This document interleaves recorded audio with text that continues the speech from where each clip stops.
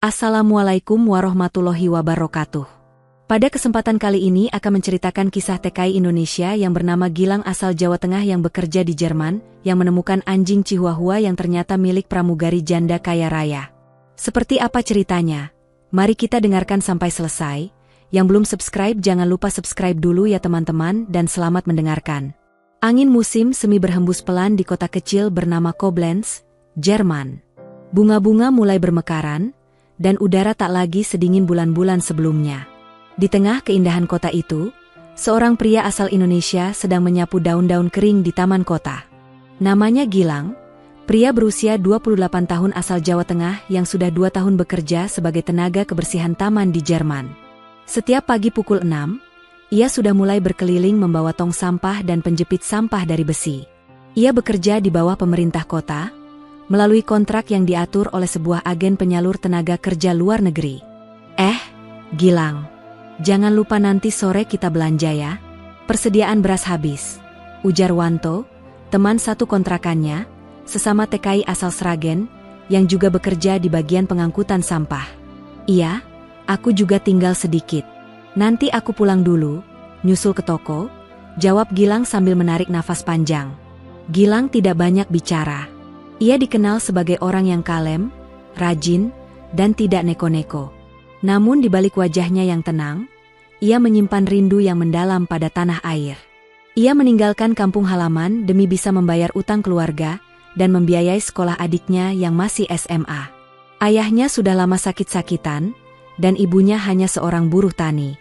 Hidup di sini gak segampang yang orang pikir. Ya, Lang, ucap Wanto lagi saat mereka istirahat duduk di bangku taman. Iya, tapi kita nggak punya pilihan. Mau pulang pun, kerjaan di kampung belum tentu ada. Aku nggak tega kalau pulang tapi tangan kosong, jawab Gilang. Ia menatap langit biru yang bersih. Sesekali burung-burung kecil melintas, dan anak-anak sekolah berjalan sambil tertawa. Gilang merasa seperti penonton dalam dunia yang tidak ia miliki. Ia berada di sana, tapi seperti tidak benar-benar hidup. Setiap malam, setelah pulang kerja, ia akan menyiapkan makan malam bersama Wanto. Menunya sederhana, nasi, telur dadar, dan kadang-kadang tahu tempe yang dibeli di toko Asia. Sesekali mereka menyambung video call dengan keluarga di kampung. Mbakmu sehat, Le? Tanya ibu Gilang dari layar ponsel yang kecil. Alhamdulillah, Bu. Aku juga sehat. Nanti kalau gajian, aku kirim buat beli obat bapak. Ya, jawab Gilang dengan senyum tipis. Di luar wajahnya yang tersenyum, hatinya hancur. Ia ingin sekali pulang, tapi tabungannya belum cukup. Biaya hidup di Jerman tinggi, dan ia masih mencicil utang ke agen yang memberangkatkannya. Lang, kamu pernah ngerasa kayak kosong gak sih? Tanya Wanto suatu malam. Kosong? Gilang mengernyitkan dahi. Iya, kerja, makan, tidur. Terus ulang lagi, kita kayak mesin. Gak ada yang benar-benar hidup, jawab Wanto sambil menatap langit-langit kamar. Gilang terdiam. Kata-kata itu menamparnya. Ia memang sering merasa seperti itu, tapi selalu ia pendam sendiri. Hidupnya kini hanya rutinitas. Tidak ada cinta, tidak ada kehangatan, dan tidak ada kebahagiaan. Bahkan ia tidak punya waktu untuk sekadar menikmati hidup. Ia sering menatap pasangan yang jalan berdua di taman sambil menggandeng anjing kecil. Ia tahu itu klise, tapi ia merasa iri. Suatu malam, ia menulis di buku catatannya. Aku ingin hidup. Bukan sekadar bertahan. Tapi entah bagaimana caranya. Gilang menyimpan buku itu di bawah bantal. Ia tidak ingin Wanto membacanya. Baginya, perasaan lemah harus disimpan sendiri, karena tidak ada waktu untuk menjadi rapuh. Beberapa hari kemudian, saat ia sedang menyapu dekat danau buatan di taman, ia menemukan boneka kecil berwarna coklat di balik semak. Tapi saat didekati, ternyata itu bukan boneka. Seekor anjing kecil, jenis Chihuahua, gemetar ketakutan dan tampak sangat kotor. Anjing itu terlihat kelaparan dan kurus. Wah, kamu dari mana? Gumam Gilang. Ia menunduk dan mencoba mendekat perlahan. Anjing itu sempat menggonggong pelan, tapi kemudian diam saat Gilang mengulurkan tangan dengan roti sisa bekalnya. Lapar? Ya, katanya pelan. Tanpa pikir panjang, Ia memasukkan anjing itu ke dalam jaketnya dan membawanya ke belakang gudang penyimpanan alat kerja. Ia memberi minum dan mencoba membersihkan tubuh anjing kecil itu dengan air hangat seadanya. Saat Wanto datang melihat, ia langsung tertawa. "Lang, kamu bawa apa itu? Jangan-jangan kamu niat ternak anjing sekarang?" godanya. "Bukan. Kasihan, Wan. Dia kayaknya nyasar. Kotor banget, kurus. Aku nggak tega ninggalin," jawab Gilang. Wanto mengangguk, lalu ikut duduk di samping Gilang. "Kayak hidup kita, ya? Dibuang, kotor, tapi tetap bertahan." Gilang tertawa kecil, tapi tidak bisa menyembunyikan sorot matanya yang sayu. Ada sesuatu dalam pertemuan itu yang terasa berbeda. Anjing itu menatap Gilang seperti mengerti perasaannya. Seperti sama-sama kesepian. Seperti ada harapan kecil yang baru muncul di tengah rutinitas yang melelahkan. "Namain apa, Lang?" tanya Wanto sambil mengelus kepala anjing kecil itu. Gilang berpikir sebentar.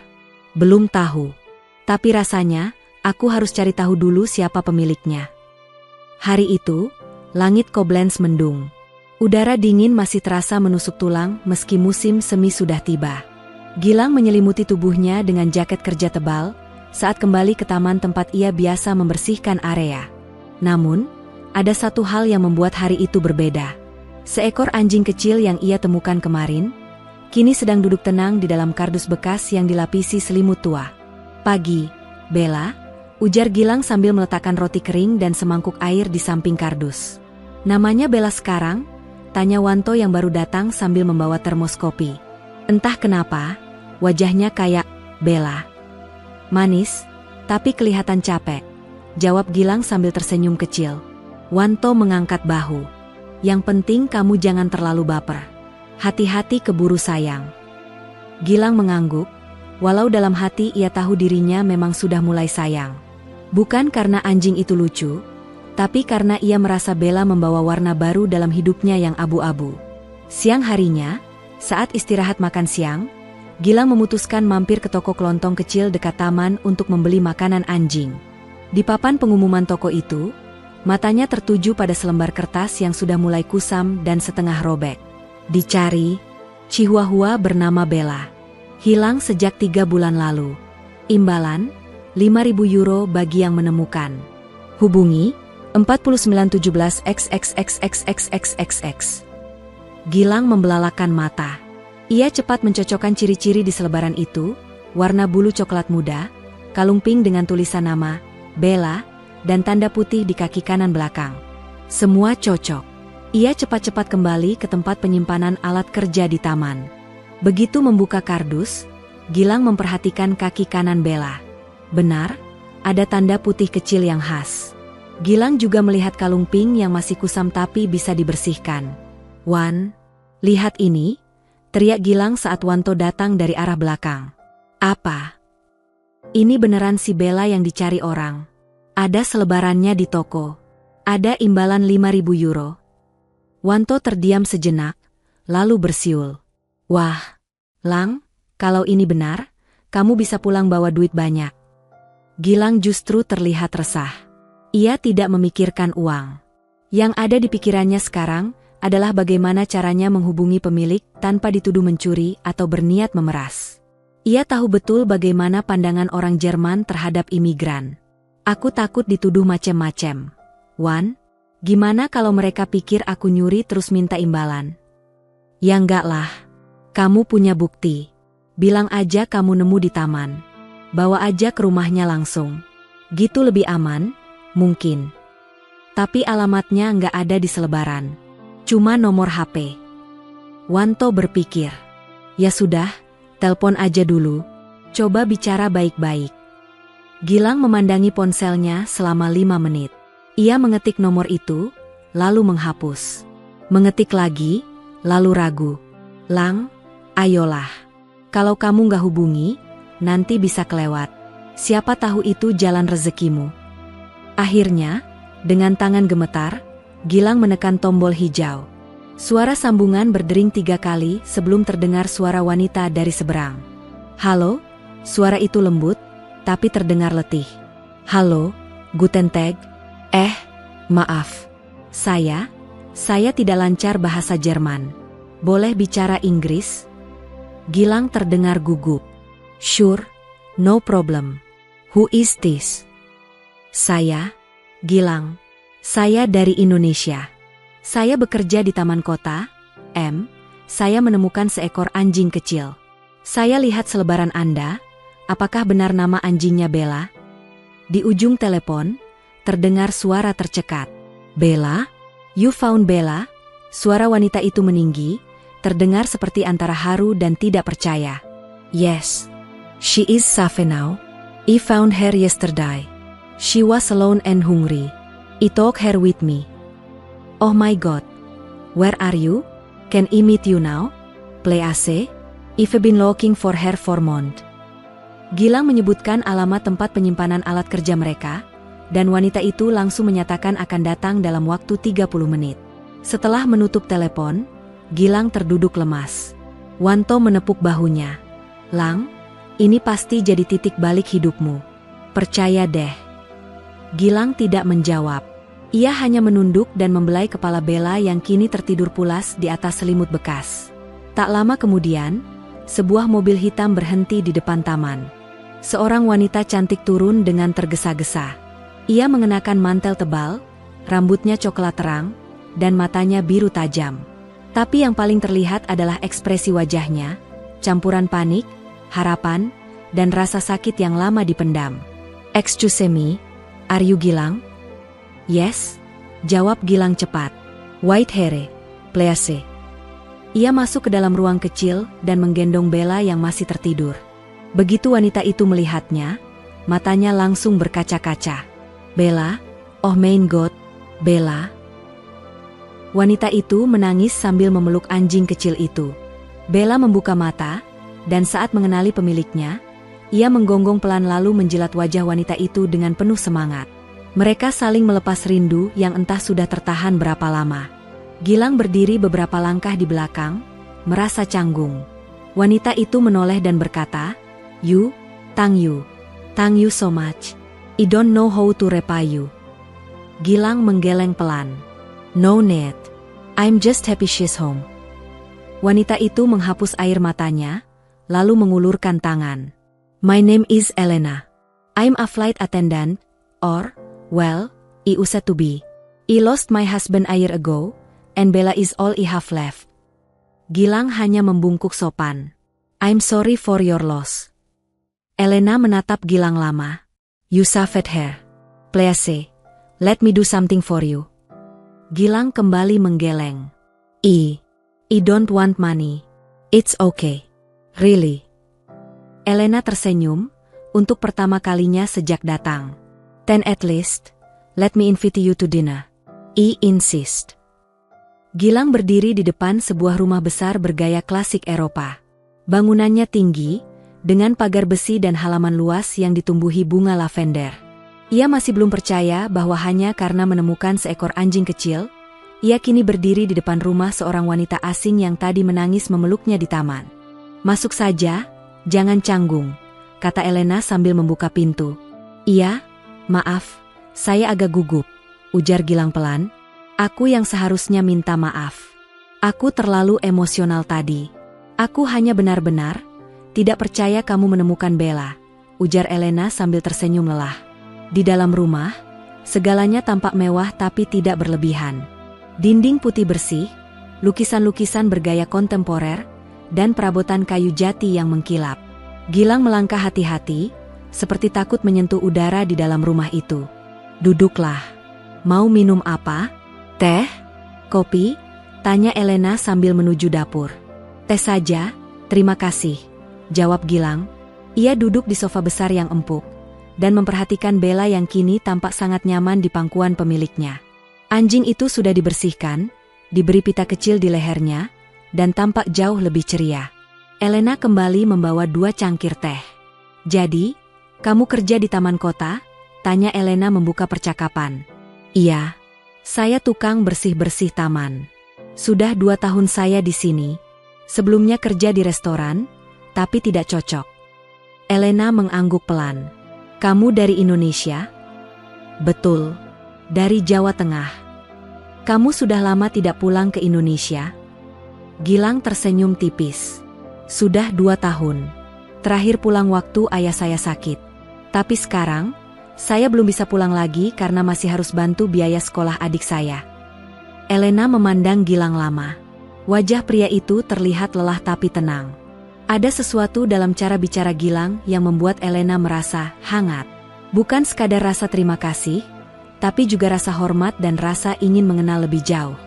Saya penasaran, kata Elena. Waktu kamu menemukan Bella, kamu tidak berpikir untuk mengambil uang imbalan itu. Gilang menggeleng pelan. Tidak. Saya justru takut. Takut dikira saya yang mencuri. Saya juga bukan orang yang biasa bicara dengan orang asing. Saya hanya ingin anjing itu kembali ke rumahnya. Elena terdiam. Air matanya kembali menggenang. Bella hilang sejak musim dingin. Waktu itu aku harus terbang ke London. Seorang teman menitipkannya ke pet hotel, tapi entah bagaimana, dia kabur. Aku sudah mencarinya kemana-mana. Menyebar selebaran, menelepon tempat penampungan anjing, bahkan membayar pencari profesional. Tapi tidak ada hasil. Aku hampir menyerah. Ia mengusap kepala Bella yang kini tertidur. Dan kamu datang begitu saja, membawa dia kembali. Gilang menunduk. Ia merasa tidak pantas dipuji seperti itu. Boleh saya tanya sesuatu? Tanya Elena tiba-tiba. Silakan. Kenapa kamu tidak mengambil uangnya? Gilang berpikir sejenak sebelum menjawab. Mungkin karena saya juga tahu rasanya kehilangan. Saya tahu rasanya menunggu sesuatu yang tidak kunjung kembali. Kalau ada orang lain yang bisa bantu saya menemukan sesuatu yang saya sayangi, saya juga akan sangat berterima kasih. Jadi, ini bukan soal uang. Ini soal hati. Elena menatapnya, dan untuk sesaat ruangan itu hening. Kamu orang yang jujur. Aku senang bertemu kamu, ucapnya. Gilang hanya tersenyum kecil. Ia tidak tahu harus berkata apa. Baginya, kejujuran adalah hal biasa. Tapi tampaknya di dunia ini, kejujuran seperti itu sudah mulai langka.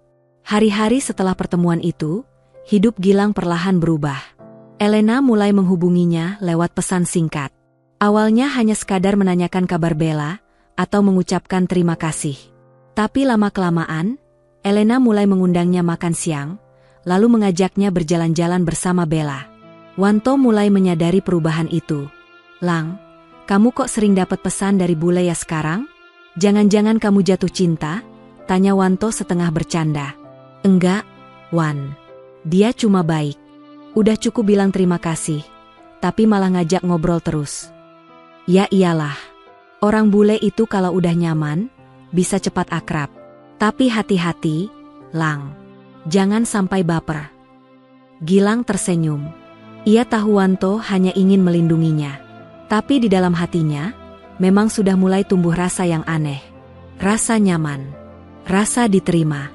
Suatu hari, saat makan siang di kafe kecil dekat sungai, Elena tiba-tiba bertanya, Gilang, apa kamu pernah pacaran? Pertanyaan itu membuat Gilang terbatuk. Saya? Pernah sih, tapi sudah lama. Di kampung. Sekarang sudah nikah sama orang lain. Elena tertawa kecil. Maaf ya, aku terlalu langsung. Aku cuma penasaran. Kamu itu terlalu tenang. Tenang? Bukan karena saya pendiam. Tenang itu baik. Aku suka orang yang tenang. Bikin aku merasa aman. Gilang tersenyum malu. Ia tidak terbiasa dipuji seperti itu, apalagi oleh wanita secantik Elena. Ia tahu dirinya bukan siapa-siapa. Hanya buruh kasar dari desa kecil yang datang ke Eropa demi bertahan hidup. Namun, setiap kali Elena berbicara dengannya, Gilang merasa seperti sedang berbicara dengan manusia yang setara. Tidak ada jarak, tidak ada perbedaan kasta, dan tidak ada rasa minder yang biasanya muncul setiap kali ia bertemu dengan orang asing. Dan yang membuatnya makin bingung, setiap kali ia pulang setelah bertemu Elena, ia selalu tersenyum sendiri. Apa ini rasanya? Disukai orang? Gumamnya suatu malam sambil menatap ponselnya yang menampilkan pesan singkat dari Elena. Thanks for today, Gilang. I really enjoy talking with you. Beberapa hari kemudian, Elena mengajak Gilang ke rumahnya lagi. Kali ini, ia menunjukkan beberapa album foto.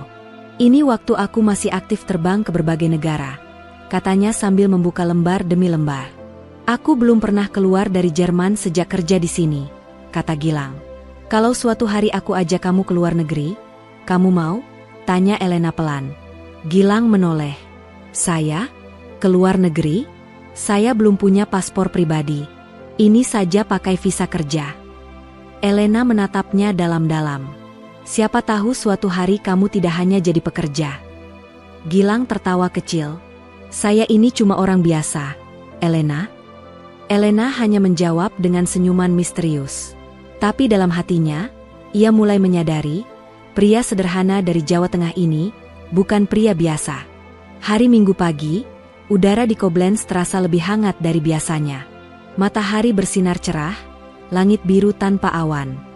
Gilang mengenakan jaket coklat yang sudah mulai pudar warnanya. Ia berdiri di depan cermin kecil di kamar kontrakannya, menyisir rambutnya dengan tangan. Sesekali ia menghela napas. Kok kamu rapi banget, Lang? Tanya Wanto sambil duduk di kasur. Mau ketemu Elena. Dia ngajak makan siang, jawab Gilang singkat. Wanto tersenyum nakal. Hati-hati jatuh cinta, bro. Bule itu kalau udah deket, bisa bikin klepek-klepek. Ah, jangan bercanda. Dia cuma ngajak makan karena terima kasih soal Bella. Tapi kamu senang kan? Tanya Wanto lebih serius. Gilang diam sejenak, lalu mengangguk pelan. Iya, senang. Tapi juga takut. Takut kenapa? Takut salah paham. Takut berharap lebih. Wanto menepuk bahu Gilang. Udah, jalanin aja. Nikmati aja momen yang ada. Nggak semua hal harus kita rencanakan. Elena mengundang Gilang makan siang di rumahnya. Kali ini tidak hanya berdua.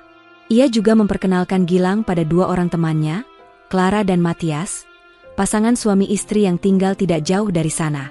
Aku cerita ke mereka tentang kamu, Gilang. Mereka penasaran siapa pria baik hati yang menemukan Bella, ujar Elena sambil membuka pintu. Di ruang makan, meja sudah tertata rapi. Ada roti panggang, salad, sup ayam, dan teh hangat. Gilang agak gugup, tapi berusaha tetap tenang. Halo, Gilang.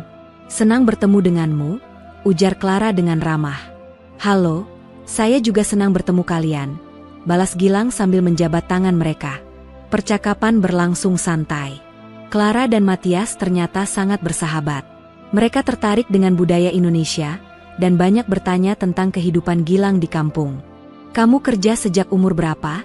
Tanya Matias. Saya mulai kerja di sawah sejak umur 14. Waktu itu ayah saya jatuh sakit, jadi saya bantu ibu, jawab Gilang. Clara terlihat terharu. Dan sekarang kamu di sini, di Jerman. Kamu pasti sangat kuat. Gilang tersenyum. Saya hanya berusaha bertahan. Elena diam-diam mengamati Gilang. Ia semakin yakin, pria ini bukan sembarangan. Di balik wajah yang tenang dan kata-kata sederhana, ada kekuatan hidup yang luar biasa. Setelah makan, Elena mengajak Gilang duduk di taman belakang rumahnya. Bella bermain-main dengan bola kecil, sesekali menggonggong pelan.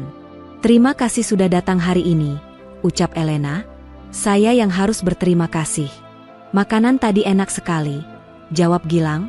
Elena tertawa. Itu bukan saya yang masak. Clara yang bantu.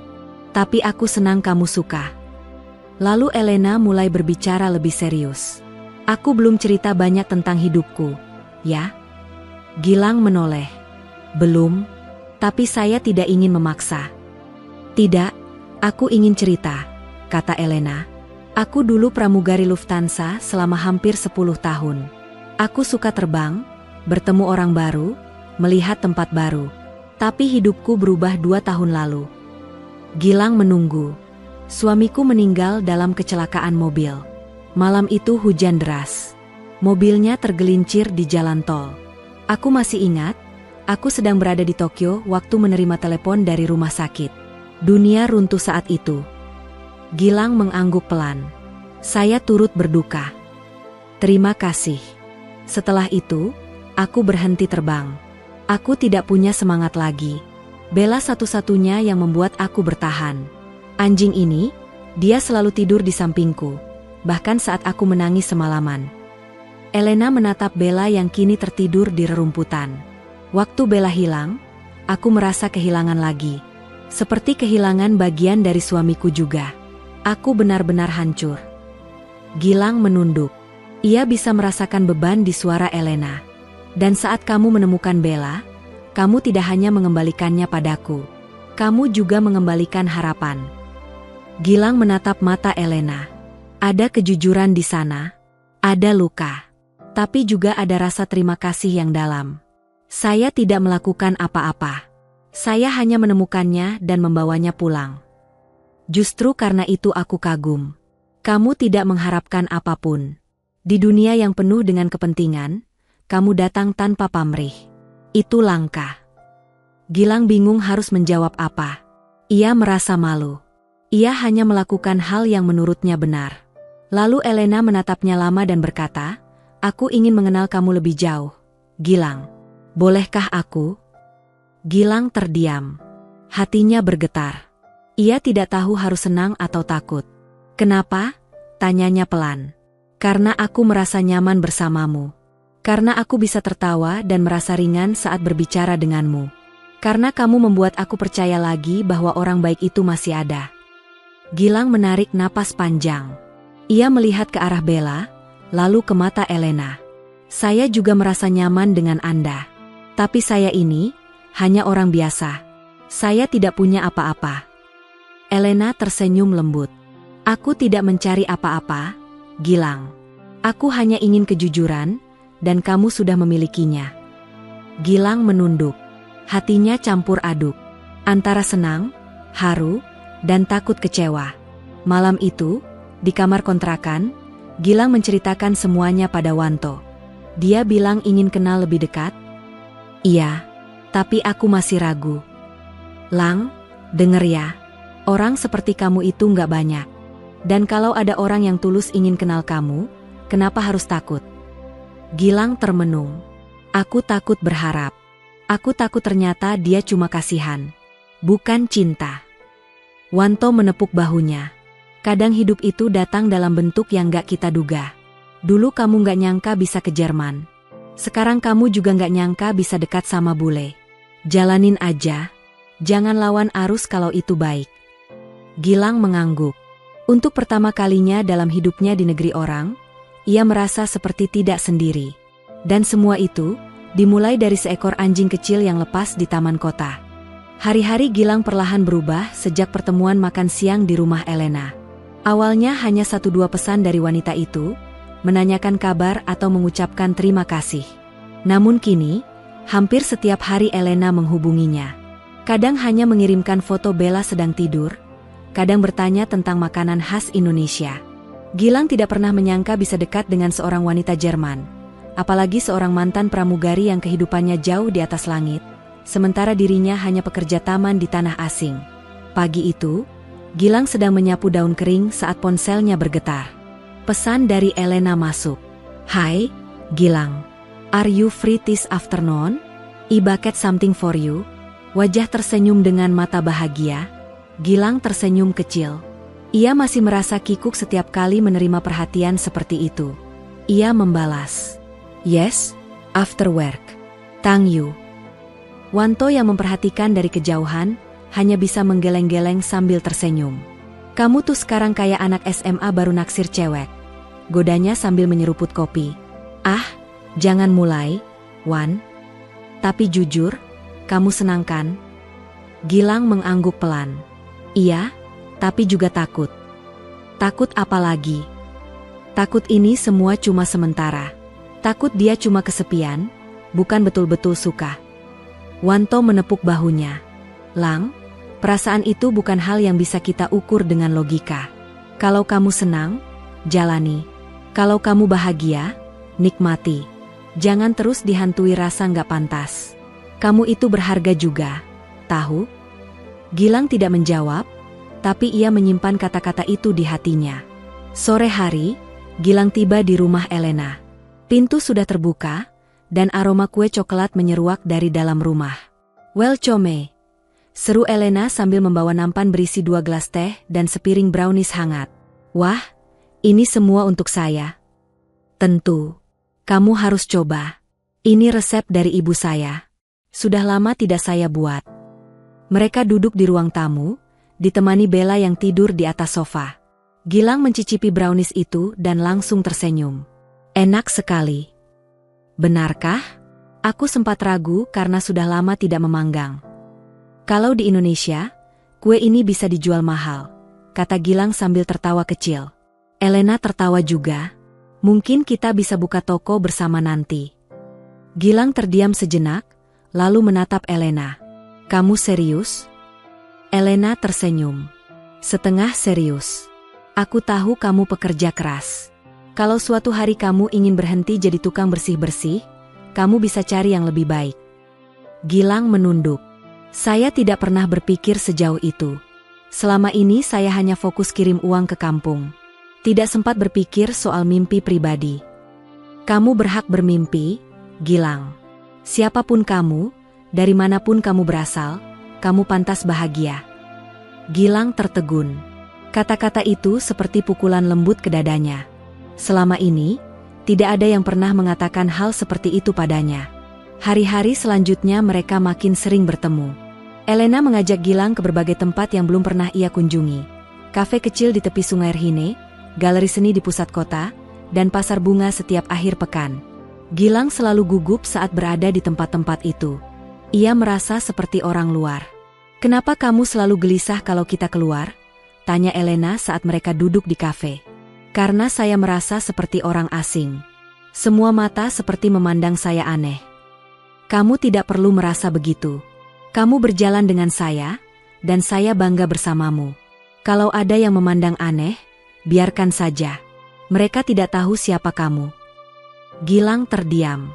Ia ingin percaya, tapi tidak mudah menghapus luka-luka kecil yang ia alami sejak pertama kali menginjakan kaki di negeri ini, dipandang rendah, diremehkan, bahkan pernah dibentak hanya karena tidak bisa menjawab dalam bahasa Jerman.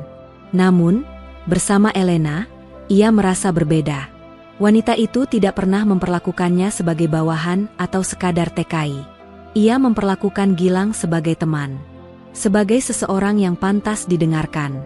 Suatu malam, Elena mengajak Gilang makan malam di rumah. Kali ini ia memasak nasi goreng dari resep yang dikirim Gilang lewat WhatsApp. Kalau kamu bisa masak ini, berarti kamu lulus jadi orang Indonesia. Canda Gilang. Elena tertawa. Aku sudah browsing bumbu-bumbunya. Susah sekali cari kecap manis. Makanya, harus main ke toko Asia. Nanti aku antar. Setelah makan, mereka duduk di balkon belakang rumah. Suasana tenang, hanya terdengar suara angin dan sesekali gonggongan anjing dari kejauhan. Elena menatap langit lalu berkata pelan, Gilang, boleh aku jujur? Tentu. Aku merasa seperti bisa bernapas lagi sejak kenal kamu. Sejak Bella kembali. Sejak kita mulai bicara. Aku tidak tahu bagaimana menjelaskannya. Tapi kamu membawa kedamaian yang sudah lama hilang dari hidupku. Gilang menatap wajah Elena yang diterpa cahaya lampu balkon. Saya juga merasa begitu. Saya tidak pernah merasa sepenting ini dalam hidup orang lain. Kamu penting. Dan kamu berharga. Mereka terdiam cukup lama. Tidak ada yang berkata apa-apa. Tapi masing-masing tahu apa yang sedang tumbuh di hati mereka. Beberapa hari kemudian, Wanto mendatangi Gilang yang sedang membaca buku di kamar. Lang, kamu kelihatan beda. Beda gimana? Beda tenang. Biasanya kamu murung, sekarang kayak lebih hidup. Gilang tersenyum. Mungkin karena aku merasa dihargai. Wanto duduk di lantai dan menatap temannya itu dengan serius. Kalau memang kamu sudah yakin, kamu harus mulai jujur sama diri sendiri. Maksudmu? Kalau kamu suka Elena, tunjukkan. Tapi juga siap hadapi kenyataan kalau nanti ada hal-hal yang sulit. Beda budaya, beda usia, dan status. Jangan cuma ikut perasaan. Gilang mengangguk. Ia tahu Wanto benar. Tapi aku juga tidak ingin kehilangan dia. Bahkan kalau dia tidak memilih aku sebagai pasangan, aku tetap ingin ada dalam hidupnya. Dia membuatku merasa manusia lagi. Wanto tersenyum. Kalau begitu, perjuangkan. Hari itu, Sebelum pulang dari rumah Elena, Gilang berdiri di depan pintu. Ia ingin mengatakan sesuatu, tapi lidahnya keluh. "Ada yang ingin kamu sampaikan?" tanya Elena. Gilang menarik napas dalam-dalam. "Kalau suatu hari saya terlalu sering datang, terlalu sering mengganggu, tolong bilang ya. Saya tidak ingin kamu merasa terbebani." Elena tersenyum dan menjawab pelan, "Gilang, kamu tidak pernah mengganggu. Justru, kehadiranmu membuat rumah ini hidup lagi." Dan untuk pertama kalinya, Elena menggenggam tangan Gilang, perlahan namun pasti. Matahari pagi menembus jendela kamar kontrakan kecil itu. Gilang duduk di tepi ranjang, menatap cermin kecil yang tergantung di dinding. Ia menatap wajahnya sendiri, wajah yang mulai tampak letih, kulit kecoklatan karena matahari, dengan mata yang menyimpan banyak beban. Ia mengusap wajahnya perlahan. Hatinya sedang tidak tenang. Wanto masuk ke kamar sambil membawa 2 gelas kopi. "Nih, kopi pagi biar nggak makin kusut," ujarnya sambil duduk di lantai. "Terima kasih," kata Gilang pelan. Wanto memperhatikan temannya itu dengan cermat. "Ada apa? Mukamu kayak orang habis kalah taruhan." Gilang menghela napas panjang. "Aku mulai merasa bersalah, Wan." "Bersalah kenapa?" "Aku takut terlalu jauh berharap." Elena makin perhatian. Dia sering pegang tanganku, ngajak jalan, masakin aku, tapi aku bukan siapa-siapa. Wanto meletakkan kopinya. "Lang, kamu terlalu keras sama diri sendiri. Kamu bukan maling yang masuk hidup dia tanpa izin. Kamu datang karena kamu menyelamatkan sesuatu yang sangat dia sayang. Kalau dia memilihmu untuk jadi bagian dari harinya, kenapa kamu merasa bersalah?" Gilang menunduk. "Karena aku tidak pantas. Lihat aku, Wan, aku cuma tukang sapu taman. Sementara dia dulu pramugari, rumahnya besar, orang-orang sekitarnya terpelajar. Aku bahkan kesulitan ngomong Inggris lancar. Terus kamu mau lari?" Gilang diam.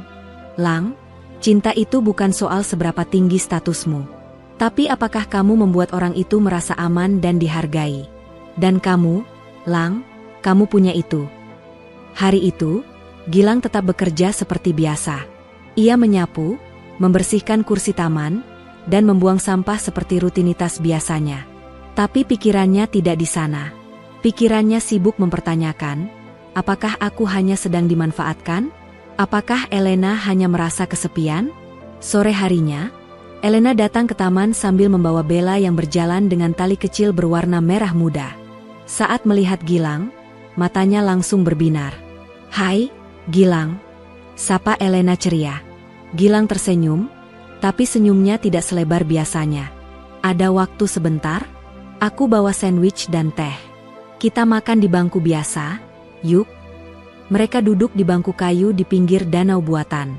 Bella berlari kecil di sekitar mereka. "Kamu kelihatan lelah hari ini. Ada yang salah?" tanya Elena. Gilang terdiam. Lalu perlahan menjawab, "Aku hanya banyak berpikir." "Elena, boleh saya tanya sesuatu?" "Tentu." "Kenapa kamu mau dekat dengan saya? Maksud saya ini bukan orang penting. Saya bukan siapa-siapa. Kamu punya banyak teman, kenalan, mungkin juga laki-laki yang lebih cocok secara status dan budaya. Tapi kamu malah dekat dengan saya." Elena terdiam cukup lama, lalu menjawab dengan tenang. "Karena kamu membuat aku merasa hidup lagi." Gilang menunduk. "Tapi saya tidak bisa memberikan apapun." "Kamu salah, Gilang. Kamu memberi banyak. Kamu memberi aku ketulusan. Ketika semua orang hanya bertanya, apa yang aku dapat dari kamu? Kamu malah datang membawa kebaikan tanpa meminta balasan. Tapi semua orang akan bicara. Mereka akan menilai kamu aneh karena dekat dengan buruh kasar seperti saya." Elena tersenyum. "Orang-orang akan selalu berbicara, bahkan saat kamu tidak melakukan apa-apa. Yang penting, apakah kamu bahagia?"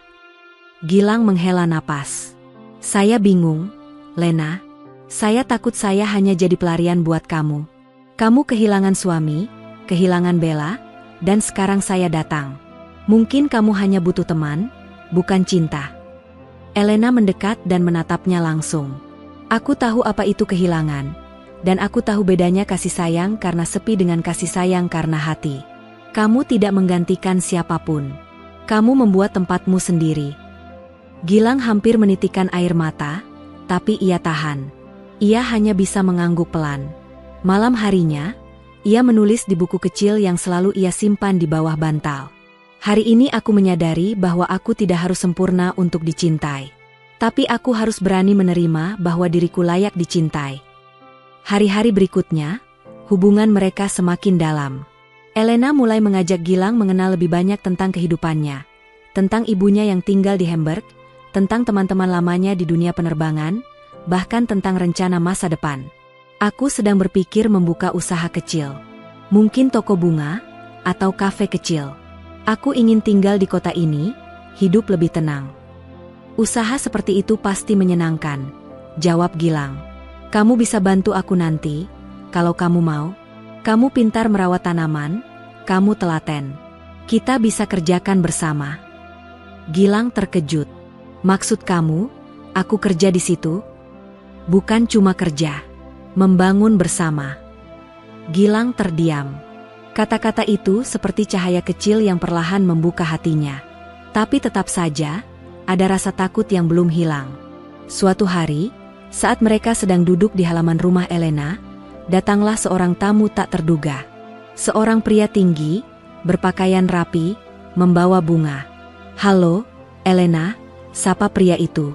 "Sudah lama tidak bertemu." Elena tampak canggung. "Halo, Thomas. Apa kabar?" "Baik. Aku dengar Bella sudah ditemukan. Itu luar biasa.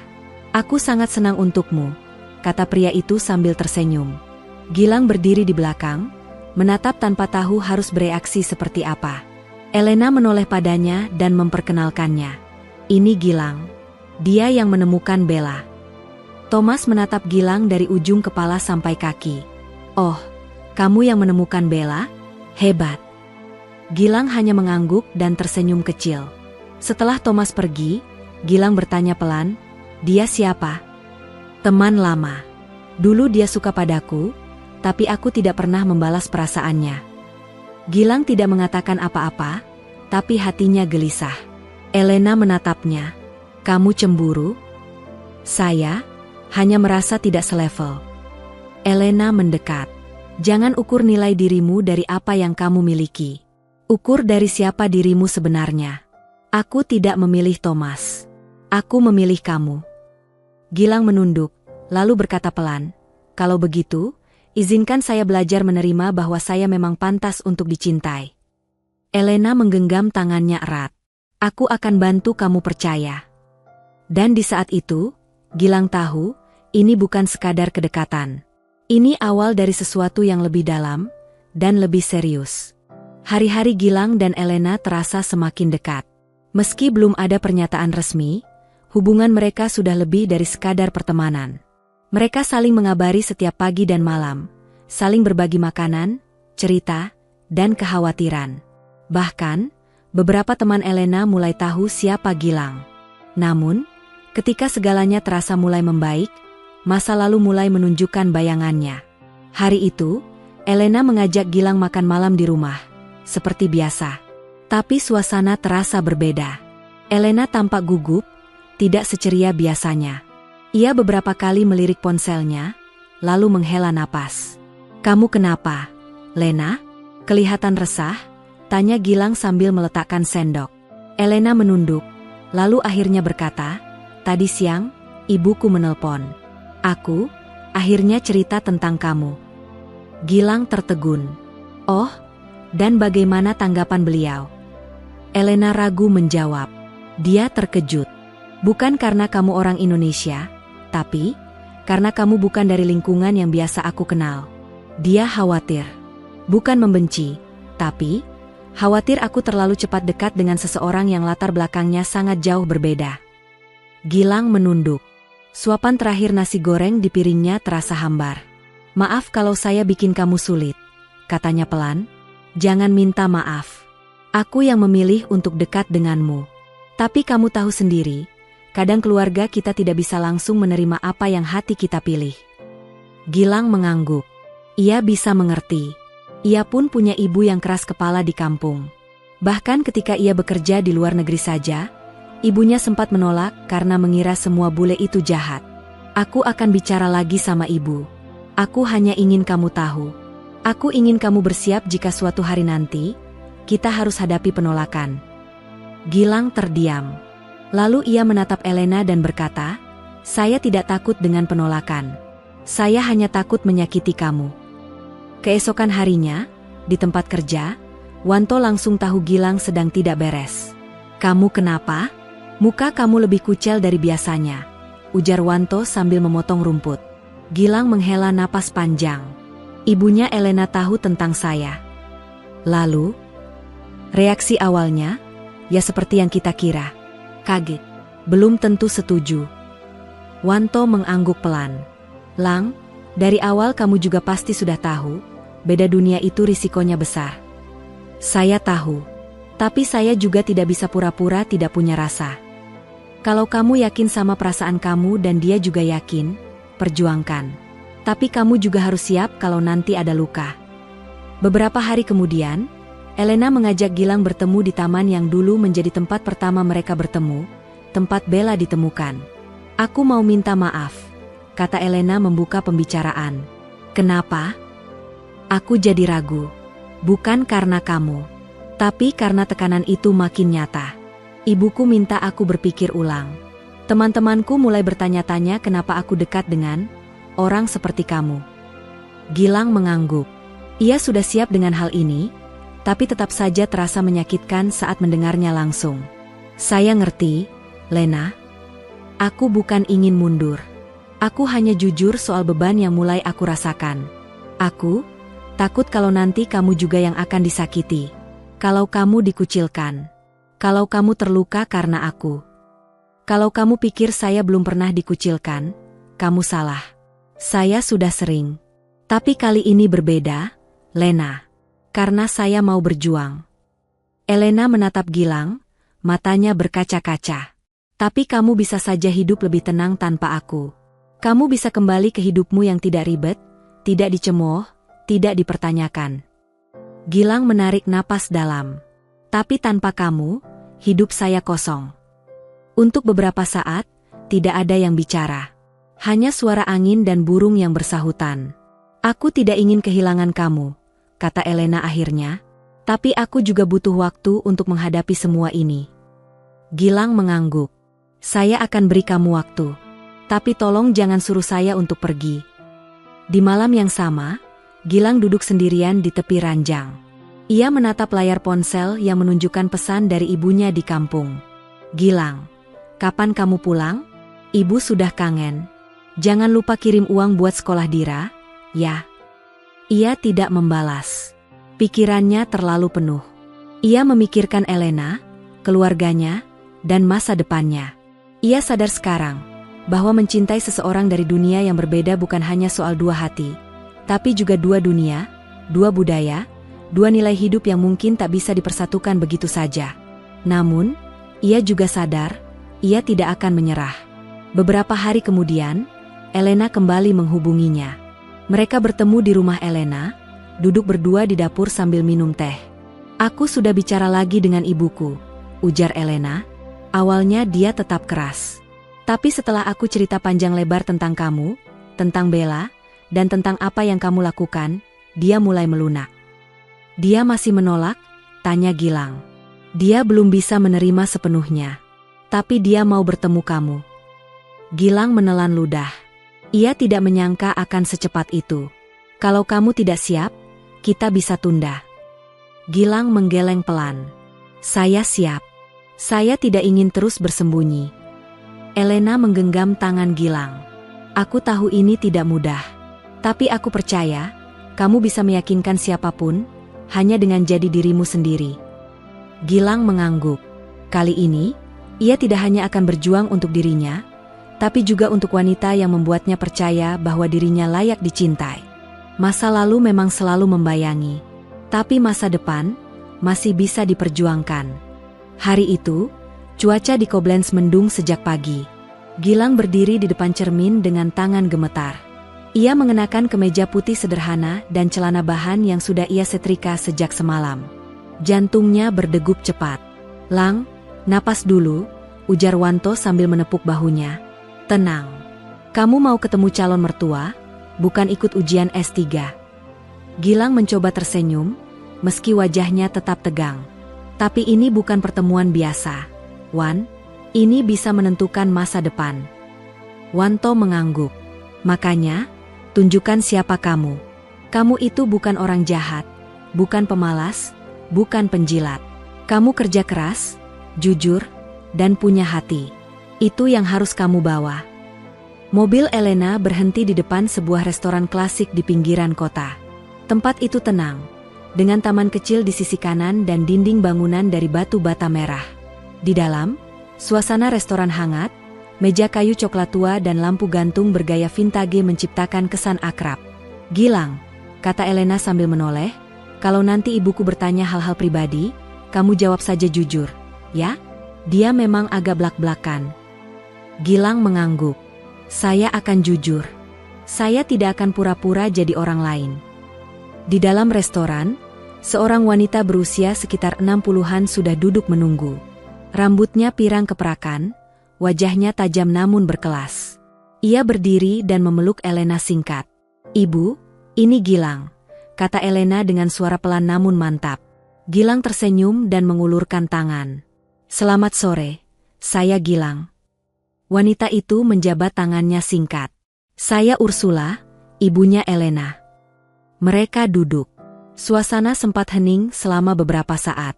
Gilang hanya menatap sendok garpu di hadapannya, menunggu pertanyaan apapun yang akan keluar dari mulut Ursula. "Kamu dari Indonesia, ya?" tanya Ursula akhirnya. "Ya, Bu. Saya dari Jawa Tengah." "Kamu bekerja di Jerman sejak kapan?" "Hampir 3 tahun. Sekarang saya bekerja membersihkan taman kota." Ursula mengangguk pelan. Ia menatap Elena, lalu kembali ke Gilang. "Kamu tahu, Gilang, saya tidak membenci kamu, tapi saya khawatir." "Saya mengerti, Bu. Saya tidak terbiasa melihat anak saya dekat dengan pria yang berbeda budaya, apalagi dari latar belakang yang sangat berbeda.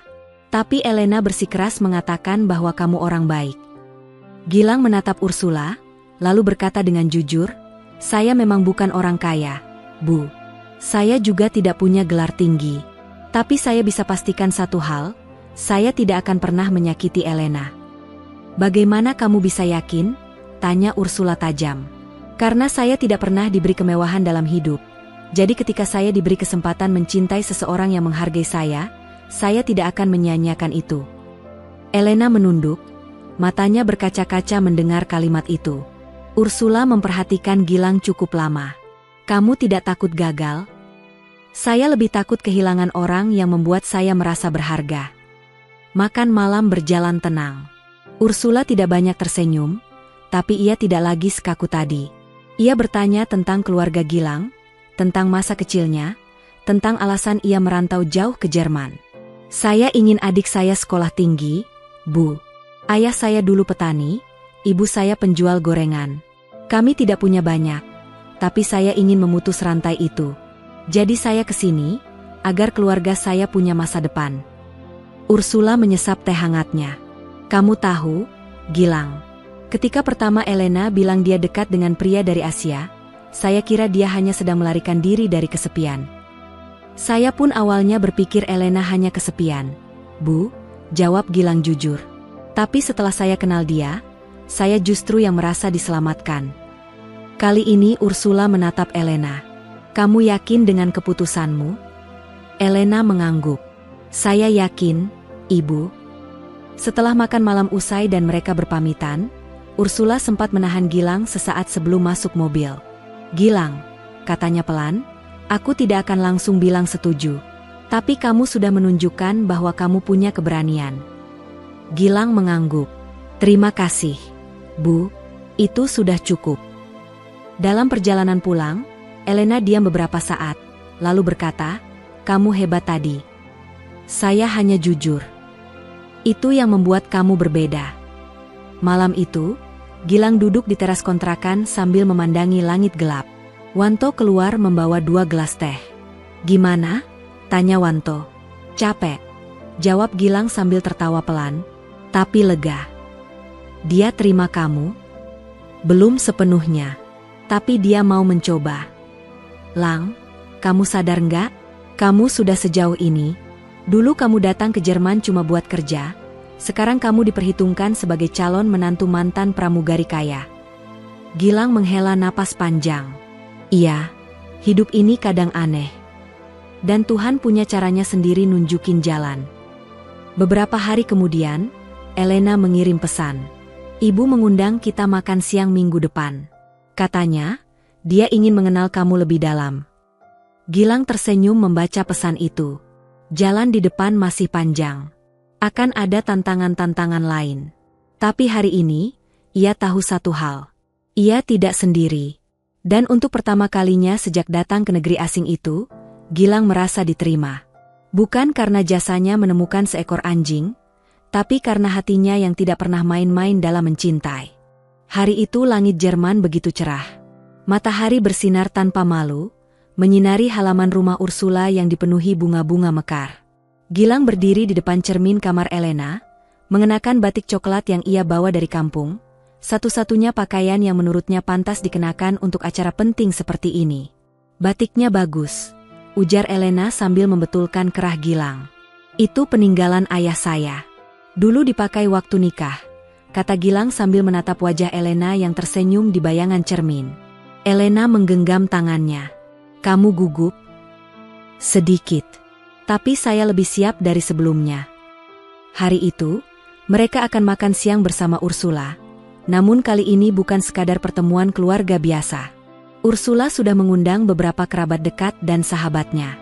Ia bilang, ia ingin mengenalkan Elena dan Gilang secara lebih terbuka. "Saya tidak tahu apa yang akan ibu katakan nanti," kata Elena saat mereka naik mobil. "Saya juga tidak tahu. Tapi saya tidak akan mundur," jawab Gilang mantap. Sesampainya di rumah Ursula, suasana terasa berbeda dari pertemuan sebelumnya. Beberapa orang berdiri di halaman, menyambut mereka dengan senyum hangat. Ada seorang pria tua berkacamata, seorang wanita muda dengan bayi, dan 2 wanita parubaya yang sedang mengobrol sambil membawa gelas anggur. Ursula keluar dari dalam rumah, mengenakan gaun krem sederhana. Ia tersenyum kecil saat melihat Gilang. "Selamat datang," ucapnya singkat. "Terima kasih sudah mengundang saya, Bu," balas Gilang dengan sopan. Mereka lalu duduk di meja makan besar di taman belakang. Makanan khas Jerman tersaji rapi, bratwurst, salad kentang, dan beberapa kue. Di sudut meja, ada sepiring nasi kuning dan ayam kecap yang, menurut Elena, Ursula masak sendiri setelah mencari resep dari internet. "Saya coba membuat makanan Indonesia," kata Ursula sambil menyodorkan piring. "Saya tidak tahu rasanya berhasil atau tidak." Gilang mencicipinya dengan hati-hati, lalu tersenyum. "Lumayan, Bu. Sedikit kurang manis, tapi sudah mirip masakan ibu saya." Ursula tersenyum kecil. "Saya harus belajar lebih banyak, tampaknya." Beberapa tamu mulai bertanya tentang Gilang. Dari mana ia berasal? Bagaimana ia bertemu Elena? Apa pekerjaannya? Gilang menjawab dengan tenang dan jujur. Ia menceritakan bagaimana ia menemukan Bella, tentang kampung halamannya, dan tentang kehidupannya sebagai TKI. "Saya tidak punya banyak, tapi saya bersyukur. Karena di sini saya belajar bahwa kejujuran dan kerja keras bisa membuka pintu apapun." Salah satu tante Elena berkomentar, "Kamu punya cara bicara yang membuat orang percaya." Gilang hanya tersenyum. "Saya cuma belajar dari hidup." Setelah makan, Ursula memanggil Gilang dan Elena untuk bicara berdua di ruang tamu. "Saya tidak akan banyak berkata-kata," ujar Ursula dengan suara tenang. "Saya hanya ingin mengatakan bahwa saya melihat perubahan besar dalam diri Elena sejak kamu datang." Elena menatap ibunya dengan mata berkaca-kaca. Dia lebih kuat, lebih berani, dan lebih hidup. "Awalnya saya khawatir, tapi sekarang saya paham, cinta memang tidak selalu datang dari tempat yang kita harapkan." Ia menoleh pada Gilang. "Saya tidak akan menghalangi kalian. Kalau kalian yakin, maka saya akan belajar menerima sepenuhnya." Gilang menunduk, suara tercekat. Terima kasih, Bu. Saya janji akan jaga Elena dengan sepenuh hati. Elena menggenggam tangan Gilang erat. Seminggu kemudian, suasana rumah kontrakan Gilang ramai. Wanto dan beberapa teman TKI lainnya datang membawa makanan, tumpeng, dan gitar. Lang, gimana rasanya jadi calon mantu bule? Teriak Wanto sambil tertawa. Masih belum percaya, jawab Gilang sambil menyendok nasi. Aku yakin, Lang, kamu akan punya masa depan yang lebih baik di sini. Tapi jangan lupa kampung, ya. Ibumu nunggu kabar baik. Gilang tersenyum. Aku rencana mau pulang bulan depan. Sekalian ngenalin Elena ke ibu. Gila, kamu serius? Serius. 2 minggu kemudian, Gilang berdiri di Bandara Soekarno-Hatta bersama Elena. Mereka baru saja tiba dari Jerman, dan sekarang bersiap naik pesawat kecil menuju Semarang, lalu lanjut ke kampung halaman Gilang di pelosok Jawa Tengah. Elena, kampung saya tidak seperti Koblenz. Jalanan sempit, listrik kadang mati, air kadang keruh, ujar Gilang hati-hati. Elena menatapnya lembut. Aku tidak datang untuk kenyamanan. Aku datang untuk mengenal asal-usulmu. Sesampainya di kampung, tangis ibunya pecah saat melihat Gilang turun dari mobil bersama seorang wanita bule. Gilang, astagfirullah, anakku, ini siapa, Le? Gilang menggenggam tangan ibunya. Bu, ini Elena, wanita yang saya ceritakan. Dia yang bantu saya menemukan arah hidup saya lagi. Ibu Gilang tidak langsung memeluk Elena, tapi ia menatap wanita itu dengan mata berkaca-kaca. Kalau kamu yang buat anak saya jadi kuat begini, saya berterima kasih. Elena memeluknya pelan, mencoba menahan haru. Malam itu, Gilang duduk di depan rumah sambil memandangi langit kampungnya. Elena duduk di sampingnya, memeluk lutut sambil tersenyum. Aku tahu sekarang kenapa kamu begitu hangat, kata Elena. Kenapa? Karena kamu tumbuh di tempat seperti ini, di tengah kesederhanaan dan cinta yang nyata. Gilang menoleh padanya. Aku mungkin tidak punya masa lalu yang mewah, tapi aku ingin membangun masa depan yang utuh. Bersamamu. Elena menggenggam tangan Gilang. Aku tidak peduli di mana kita tinggal nanti, asalkan kita bersama. Dan malam itu, di bawah langit kampung yang tenang, tanpa pesta besar atau kembang api, Gilang tahu. Ia tidak sedang bermimpi. Ia telah menemukan cinta yang nyata. Berawal dari seekor anjing kecil bernama Bella, yang tak sengaja mempertemukan dua dunia yang berbeda, tapi saling melengkapi.